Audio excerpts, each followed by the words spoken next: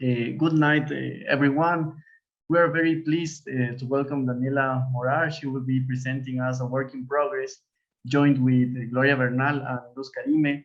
Thanks, Daniela, for being here with us tonight. We're very happy you can share with us some of the research you are starting to do. And you can start your presentation now. Thank you very much. Thank you. Yeah, so as Julia said, the work is very preliminary, so any comments would be greatly appreciated. Our project here was motivated by the fact that the pandemic caused 1.6 billion schools to close worldwide. And in Colombia, this pandemic has been particularly devastating. Schools have been closed since March 16, 2020 to June 15, 2021, so until very recently. And this affected over 9 million children. Also, on top of this, Colombia has one of the lowest levels of social mobility in the world, where there are very large discrepancies in the access and quality of education across the different regions of the country, and also across the different social economic strata. And these differences have been exacerbated by the current pandemic, where the economically disadvantaged students were affected more.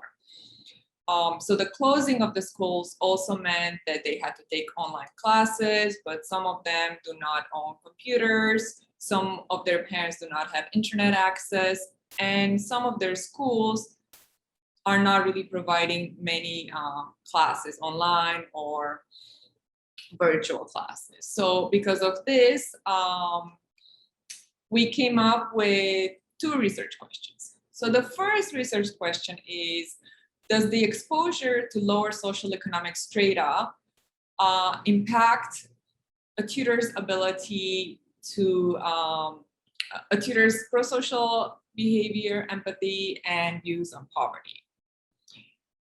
And the second question is, can online tutoring improve cognitive and non-cognitive outcomes of the students from low socioeconomic strata? So we plan to answer these questions by designing a randomized control trial that I will talk to in a little bit. But before we go there, I want to point out that the paper is closely related to the literature on tutoring. So Robinson and Lowe, Dietrichson and Nichols offer meta-analysis of tutoring that show that tutoring improves the learning outcomes of students. Furthermore, there's a small and growing literature on the interventions to improve learning losses during the pandemic. So some of these interventions, like Angrist et al. Or Hassan et al., have been for text messaging, and others like Ferrara and Carlana and Hard et al. Have been for tutoring. So all these interventions show that there are ways to potentially improve the learning losses that happened during the pandemic. Our paper is closely related to Ferrara and Carlana that designed a tutoring intervention in Italy, where the tutors are university students. Our paper is also related to another literature on contact hypothesis. So the question is, what happens when people of different social economic strata meet and interact? And there's a large literature on this in Colombia, where there's such large discrepancies between people from different social economic strata.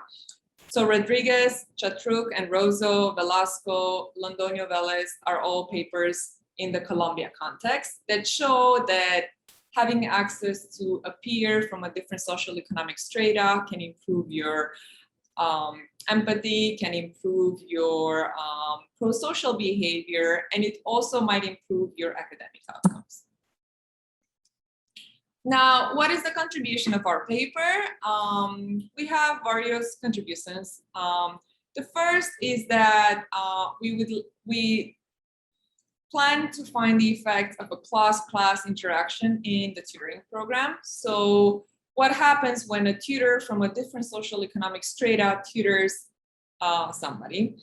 And we focus both on the tutor outcomes, such as empathy, prosocial behavior, perception of poverty, but also we focus on the outcomes for the tutees.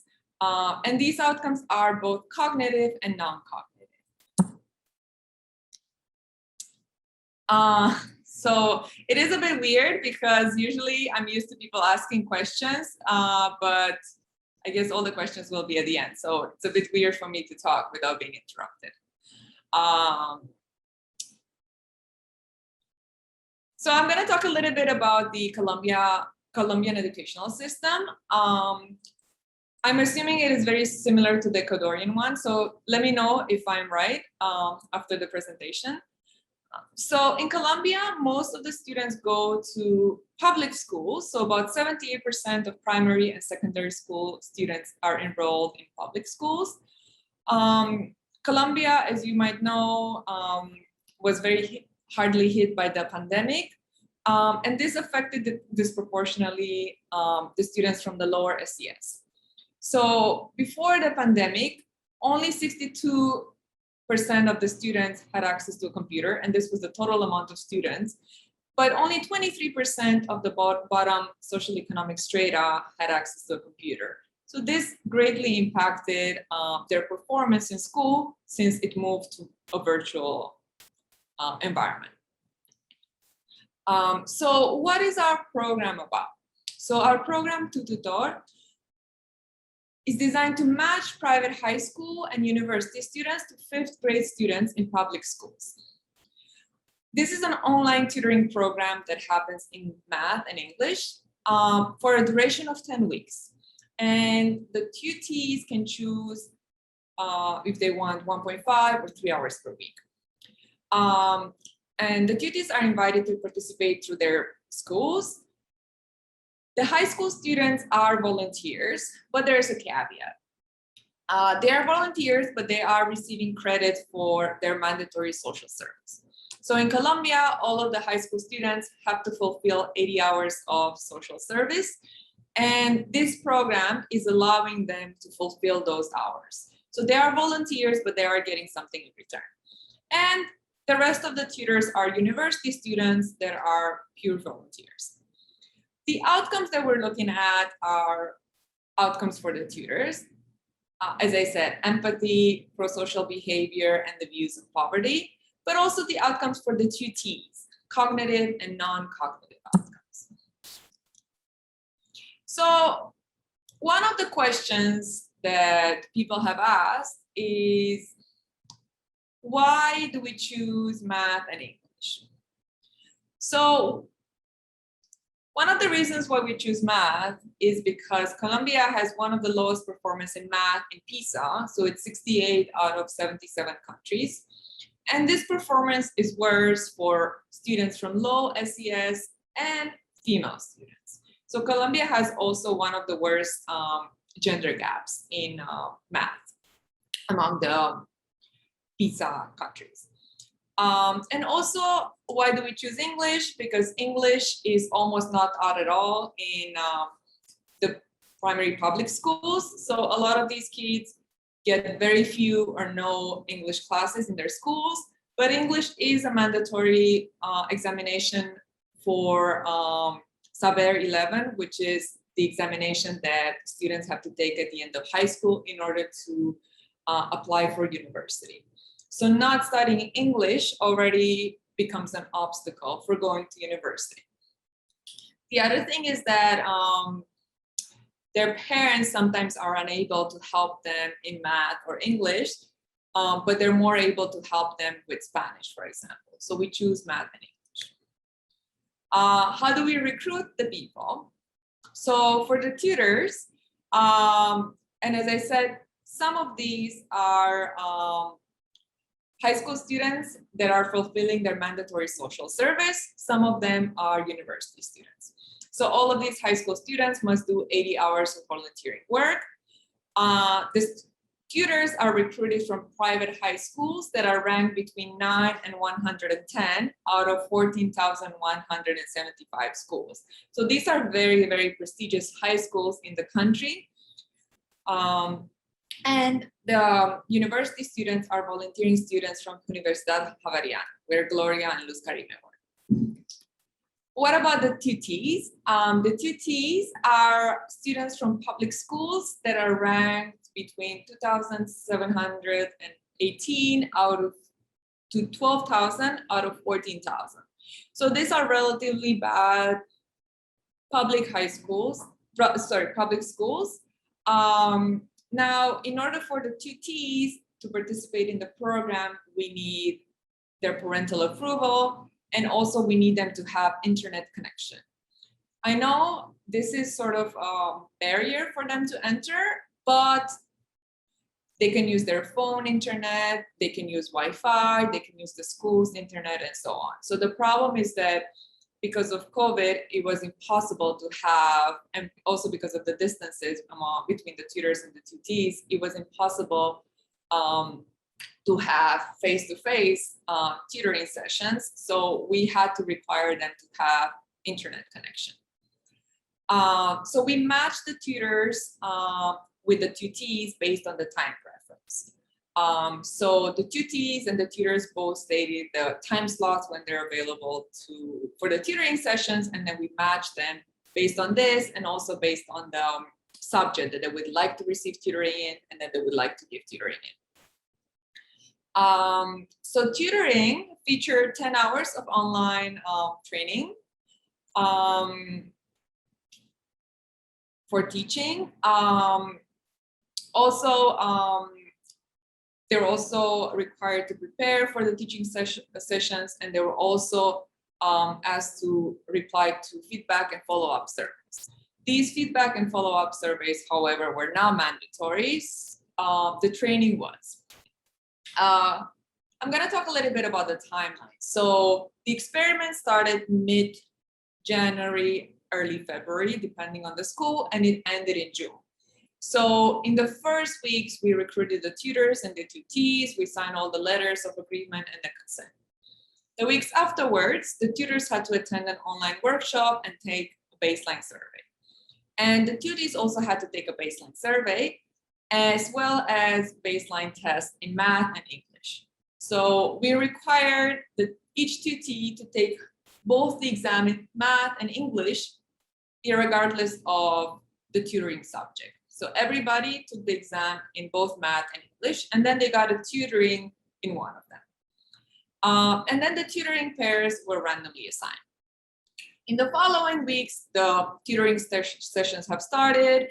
There are weekly follow-ups, and then there are meetings with private and public schools. And then at the end of the experiment, the tutees take tests in both math and English, and then the tutors take the post-survey.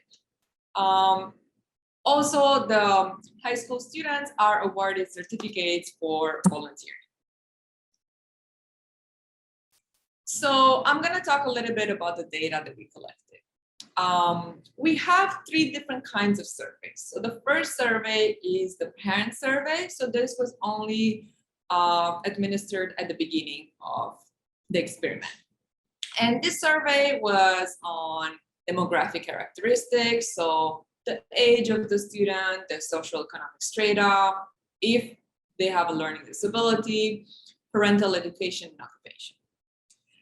We also asked questions about the household characteristics, so whether the household is in an urban or rural area, how many people live in the household, what device they will use for tutoring, how good is their internet connection, or what kind of internet connection they will be using for tutoring.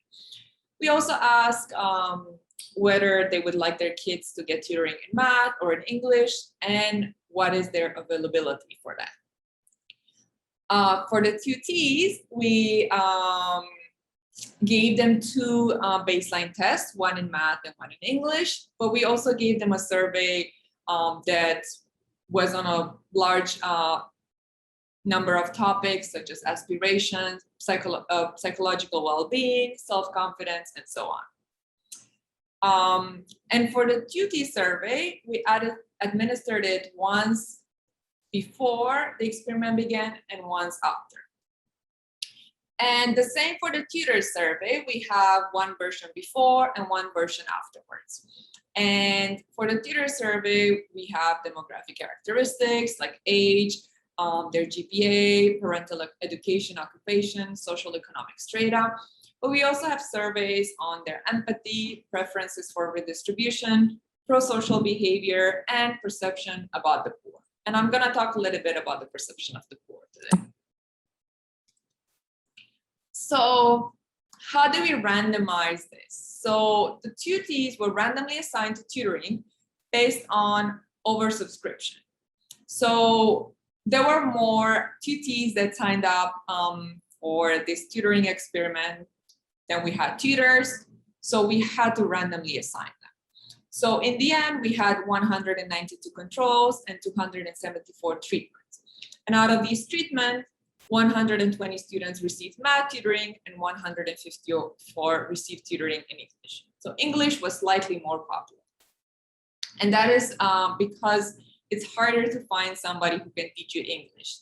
And I should also say the tutors, although most of them don't have tutoring experience, they attend bilingual high schools, so their level of English is very high. So before I proceed, I would like to show the baseline characteristics. So these are some of the characteristics of the tutees. And the first column is the control mean, and the second column is the treatment mean. And you can see that most of these are balanced. The only one that seems like there are statistical differences between the control and the treatment is the strata. So we're not worried about this, and we will control for the strata in our regressions. Everything else is balanced across the treatment and the control. And you can see from these from this table that the tutees are between 10 and 11. They are in 5th grade. We only chose students who were in 5th grade. About half of them are female. Their tutee strata is pretty low. So in Colombia, I don't know if this is also true for Ecuador, each household is in a neighborhood, and the neighborhood has a social economic strata that starts from 1. So 1 is the lowest and 6 is the highest. So you can see here that these kids come from a very low social economic strata. The average is 1.4. About half of them are from a city. 30% are planning to use a computer for the tutoring session. 63% are planning to use a phone. The remaining will use a tablet. The average baseline English score is 15.9 for the treatment. So now, just to give you a basis of comparison, the maximum English score was 48. So their level of English is very, very low. Similarly, the math is about 11 and the maximum was 25. So again, their level of math is very, very low. And actually, we originally designed the math test to only include subjects for 5th grade, but then we realized that their level was so low that we actually had to include some questions from previous years. So for example, for English, the test was designed for somebody who is starting to learn English. For math, the test was designed so that it includes questions that are easier to answer and not just questions for 5th grade math. About 4% of our treatment has a learning disability. And then 40% of the mothers and about 40% of the fathers have completed high school. Only about 6% of the mothers are unemployed, but 30% of the fathers are unemployed. So my guess is that it probably has to do with the kind of job that the fathers have and the pandemic. Now, moving back to the tutors are coming from a much higher strata. So 4.7 is the average, and this is out of 6. So they're coming from a much higher social economic strata. On average, they're about 17. About 70% are females, and this is in accordance with the fact that females are more likely to be volunteers. 93% are Colombian, the rest are from other countries, mostly from Venezuela. About 56% are from Bogota, the capital. 87% are high school tutors, and the rest are university tutors. So the majority are high school tutors. We are interested in how this tutoring experience has changed the perceptions about the poor and the rich. So this is one of the outcomes that I'm going to show today. As I said, the results are very preliminary, so any comments, suggestions would be greatly appreciated. So in order to investigate the perception about the poor and the rich, we use the implicit association test. We developed some of these questions from Linguist et al. 2017. So we have a list of attributes for poor people and a list of attributes for rich people, and each tutor has to indicate how strongly they agree or disagree with certain statements. And these answers are on a 4-point Likert scale, so ranging from totally disagree to totally agree. So for example, one of these attributes is dirty. So how likely are you to think that somebody who is poor is dirty? Do you totally disagree with this statement? Or do you totally agree? Do you agree or do you disagree? And then the same thing for somebody who's rich. So these are actually some of the attributes for poor people. So how likely are you to agree that somebody who's poor is friendly? And I should say that the answers are coded from, so the lowest is disagree, the highest is agree. So 0 is disagree, 0 is strongly disagree, 1 is disagree, 2 is agree, and 3 is strongly agree. So the higher, the more likely you are to agree with the statement. And this table shows the attributes for poor people, the mean in the baseline survey, and then the mean in the endline survey.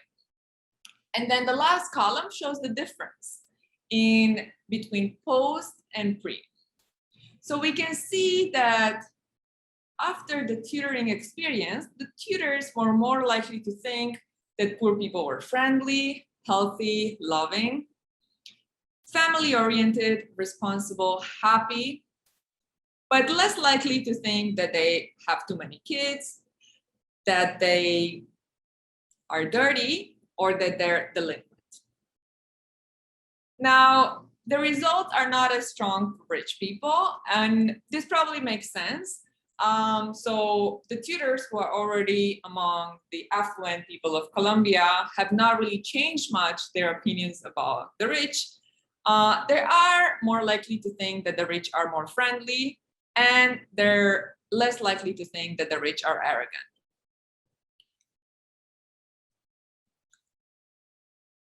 Now, I'm not going to show you any results today, but basically this is what we plan to do in the future. So because the treatment variable was randomly assigned, we can look at the impact of tutoring on the tutees. So this will give us the average treatment effect of the intervention. So Y is going to be the outcome. Treated is the treatment dummy, and X is going to be a vector of student level baseline characteristics. For the tutors, we would like to see how the intervention changed their perceptions. So Y is going to be the outcome for the tutor I, and then we're going to have a dummy for before and after the intervention.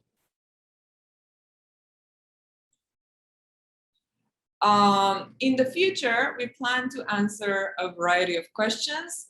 For example, how effective are the tutors with different backgrounds? So some of these tutors come from slightly, again, all these tutors are from pretty high social economic strata, but some are from really high social economic strata, some are from slightly lower social economic strata. How effective are the tutors from these different backgrounds? Does it matter? Also, does the tutor match matter? So if the tutee and the tutor are matched on the gender, on the race, does it make a difference? We would also like to know if the duration of the tutoring improves the outcome. So as I said before, some of these tutees receive 1.5 hours of tutoring per week, others receive 3 hours of tutoring per week. How do the outcomes vary based on this? So all in all, I would like to conclude. So our very preliminary results show that this intervention has improved the stereotypes about the low-income populations and promoted pro-social behavior. Furthermore, this tutoring has increased the test scores in math and English for the treatment group as opposed to the control group. And all in all, it is a very low-cost program that it's easy to replicate and scale, and we hope that more people will do it in the future. So I think this is it. So now I'm welcoming any questions that you might have. Thank you for listening to me. Thank you, Daniela, for an interesting presentation. Now, if you have some questions, please ask Daniel.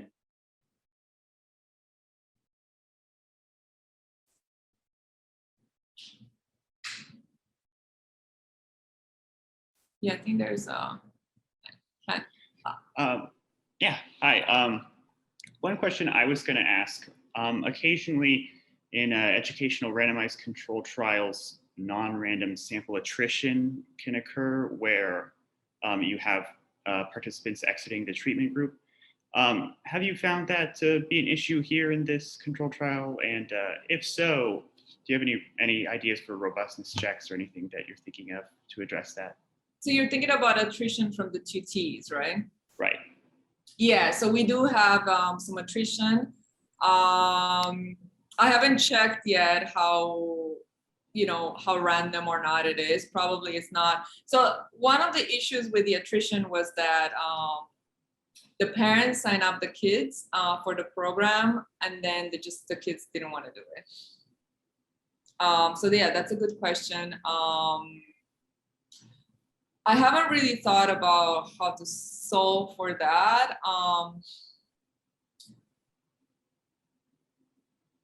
Just thinking. So the good part is that we don't have any attrition for the tutors because the tutors do have to do the program, but we do have attrition from the tutees. We can try to calculate the average treatment on the treated, which is given, yeah, so this is basically what we're trying to calculate. I think maybe also attrition could be an outcome, so we can see.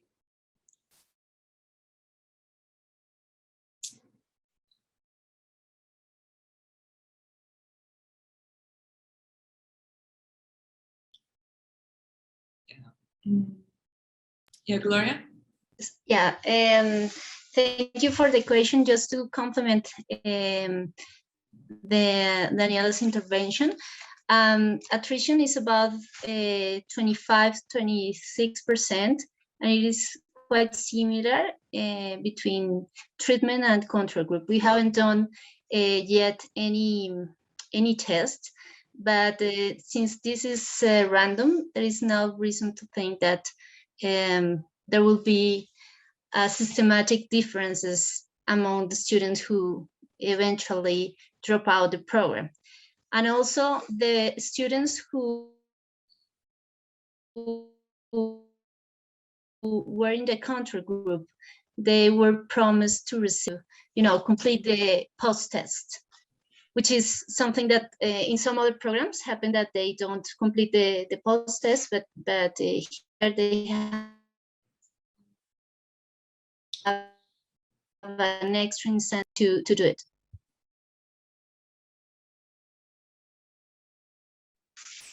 No. And I guess, Daniela, if I mind, we can use the assignment as a instrument variable then to also measure the intended to treat. Yeah, but that wouldn't solve the fact that attrition might not be random, right? So the problem is that because the people in the treatment will have to go to the tutoring, so they're more likely to drop out because they have to put up an extra effort, right? Versus the control group. I think as a first test, we would just have to check if the people who drop out of the treatment are statistically different from the people who dropped out of the control. And if we can calculate some bounds of the treatment effect based on that. Daniela, just to complement Paul's question, maybe you can also look at the data to see if maybe attrition is because of a lack of internet or lack of computer. I don't know if maybe people in the first survey told you that they have a computer, but as happens in many homes, that computer is used for many things, or for many kids, or for work. So maybe in tutoring hours, the computer wasn't available for the kid to assist. So maybe that was some of the problem, or internet problems, maybe to connect to the tutoring sessions. So maybe you can research about that attrition being the motive being of the attrition is computer or internet usage. Mm-hmm. There's another question, Andrea. Yes, well, it's not a question, it is something related to the last question. I was thinking if you have some information about attendance, because you just said that the students were enrolled by the parents in these programs.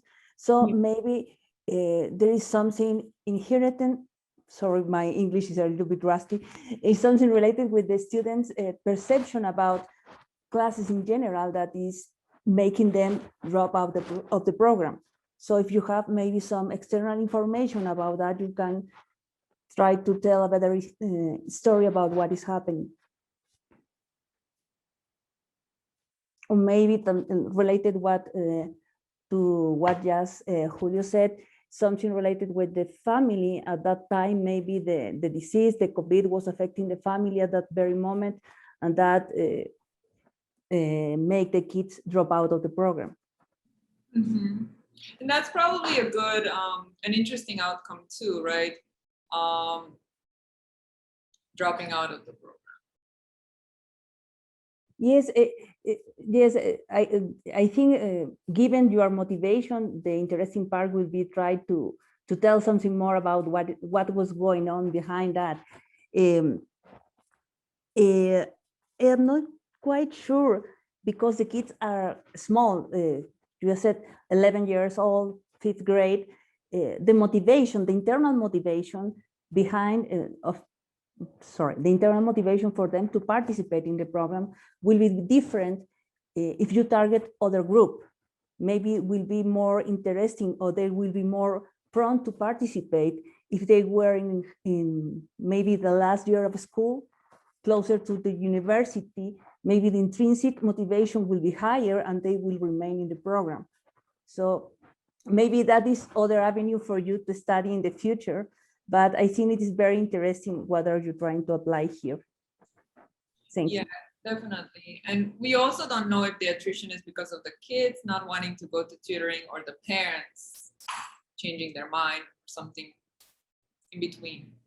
And sorry, and did you collect some data about the feelings of the kids about the program? Something that maybe you give more light about what was going on behind this? Yeah, so we collected some data in the post survey about their tutoring experience. Maybe. And we also have a follow-up questionnaire. We have to declare how good or bad was the internet connection, and if they found the kid was motivated or not motivated. So maybe that information that we have every week can help on that too.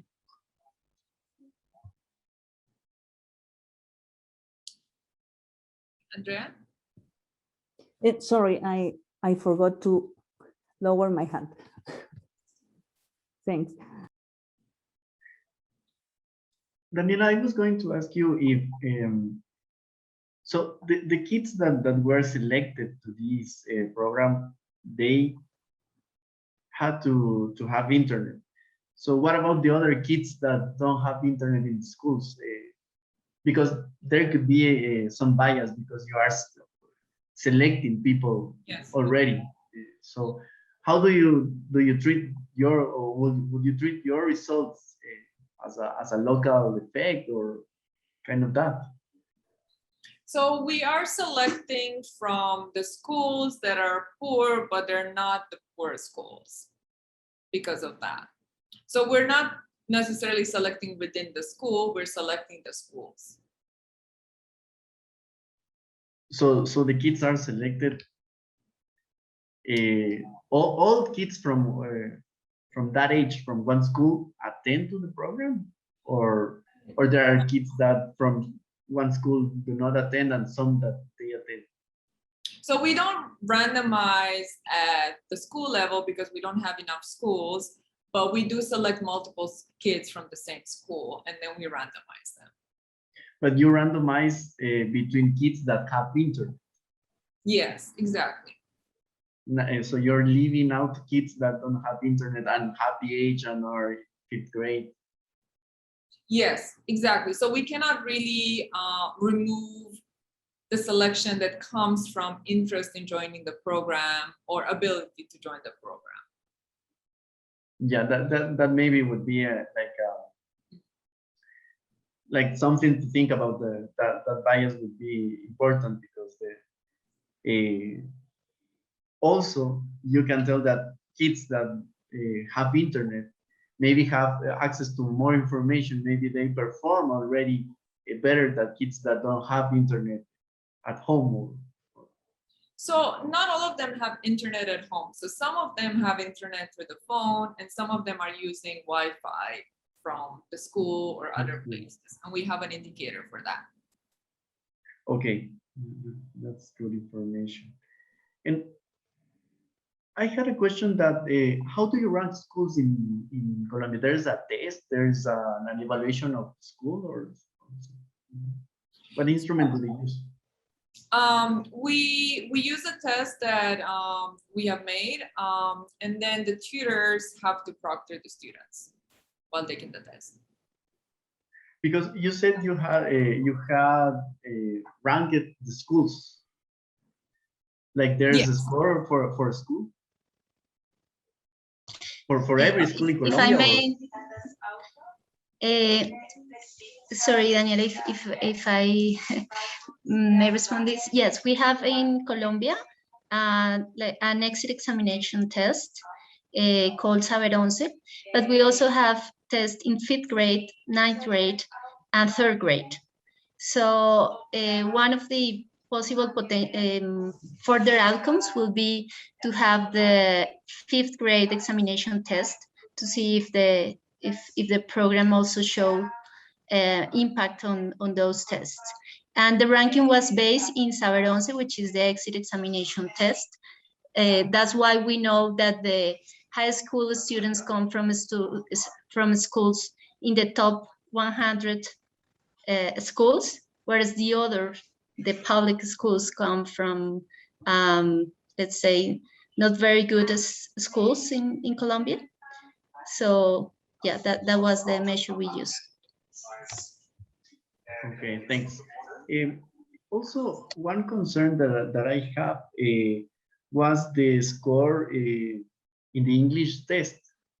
I don't know the p-value of the difference test, but the control group already had a higher score than the treatment group. So it wasn't a significant effect, the difference. But if in your results you find that the treatment group improves more than that, maybe you are finding that the program corrected some difference and also improved it more, no? So actually for the English here, the control had higher mean than the treatment. And then for the math was the other way around, but none of these differences was statistically significant. Yeah, but I don't know. I was asking you about the p-value of the difference because maybe it's marginal. I don't know if that difference, because it's like 1 point, no? Yeah, I think it should be, I don't know what's, yeah, something. Because maybe if the p-value is like, I don't know, 0.12, 0.15, it's marginal. And if you find that the tutoring program improved the treatment scores in English, it's like they are not starting from the same point. The control group is starting from higher scores. So the treatment group will have a very large effect.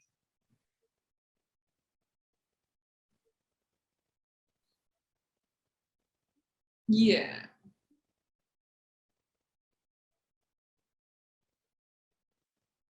But the control group is starting from a higher score, right? So you're saying that they're sort of the treatment is catching up. Yeah, it's catching up and also gaining more if the effect is positive. But the effect would be standardized based on the control means. So it will be in comparison with the control, right? Because the control is also gaining in this time. The control is also gaining?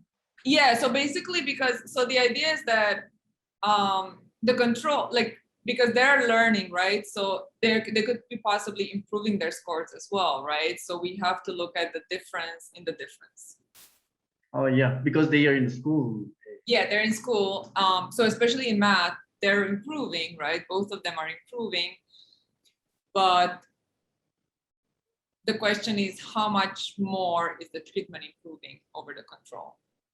Yeah, but in English, you told us that they don't have like English classes in 5th grade or yes, or lower levels. So maybe they are not, the control is not improving in that so sense. some of them do, but not, yes, others don't.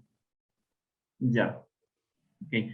And one last question that I have is that if you are controlling I should also say something else. So I think for the test, you should,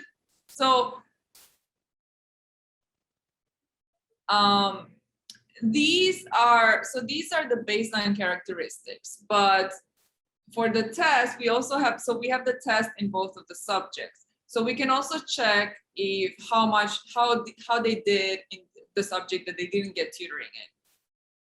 So we have sort of like two controls. One is another person and one is themselves, because they didn't get tutoring in two subjects. They only got tutoring in one subject, but we have the test scores before and after for both of the subjects. Oh, that's a good idea.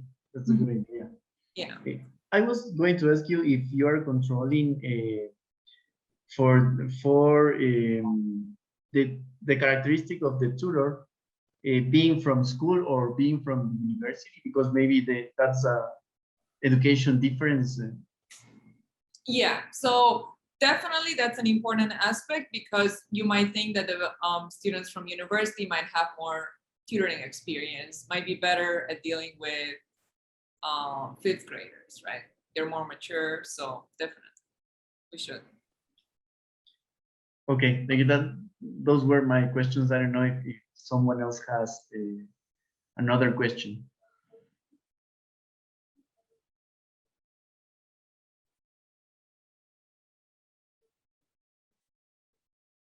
Ana Paula, maybe?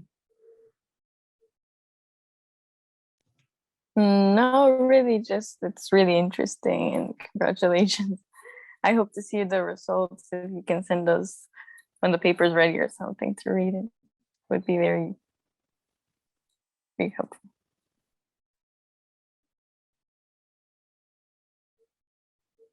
Well, thanks for your presentation. It was very, very interesting what you are doing in Colombia. Here in Ecuador, we don't have a program like that.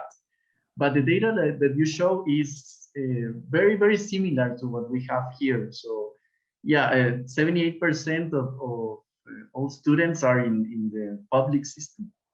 So it's kind of like very similar.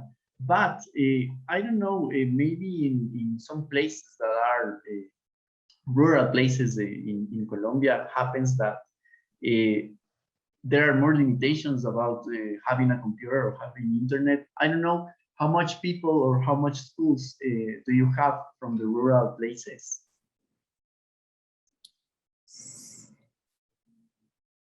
I don't have it here. So basically, whoever is not, yeah, I don't remember exactly, because there's another category. So it's not everybody who's not urban is rural. We have quite a few students from rural areas, but some of them use their phone internet. So some use Wi-Fi or phone data, which again, it is still pretty limited. But, Gloria? Yeah, I want to mention one finding that we have qualitative, and it is like these kids are quite rich, the tutors, I mean, and then they teach these other kids who are very low income. And then we have this reaction, like some tutors want to give more hours of social service that they are mandatory. And also they, for instance, give some computers or materials to the tutees, or they visit the tutees. They are in different cities. This project is very regional. We have tutors and tutees for everywhere in Colombia, and they travel to visit, let's say, from Medellin to Barranquilla to know the tutee, and there are some relationships that is quite nice to have. And yeah, I just want to add this, because I think the value added of the program is this class interaction between very rich tutors and these tutees. That's very interesting. I was going to ask you one more question, and I don't know if have you looked the data of the tests, and maybe I'm asking because in Ecuador there is a big difference in scores between rural kids and urban kids. So maybe that's something that you will have to control for, Yeah. because I don't know, the rural schools are of lower quality here in Ecuador. I don't know if in Colombia is the same, and that's because in the rural places there is not much people, so they are like schools that have one teacher for every level of school. I don't know if in Colombia also happens that. Yeah, actually, that was part of the motivation, that there are like very large differences across the regions. So not only just urban and rural, but also some regions are more developed than others. Okay, that's very interesting. And there are a lot of regional variances. Thank you very much, Daniela, for the presentation. Thank you, Gloria, for the comments. and also Paul and Andrea for the questions. We hope to see the results of your research, because it's very useful here in Ecuador. Maybe we can have the experience to bring this program here, because it's very interesting and it's very low budget also. Thank you very much. Yeah, thank you. Thank you very much. See you soon. Bye. Bye.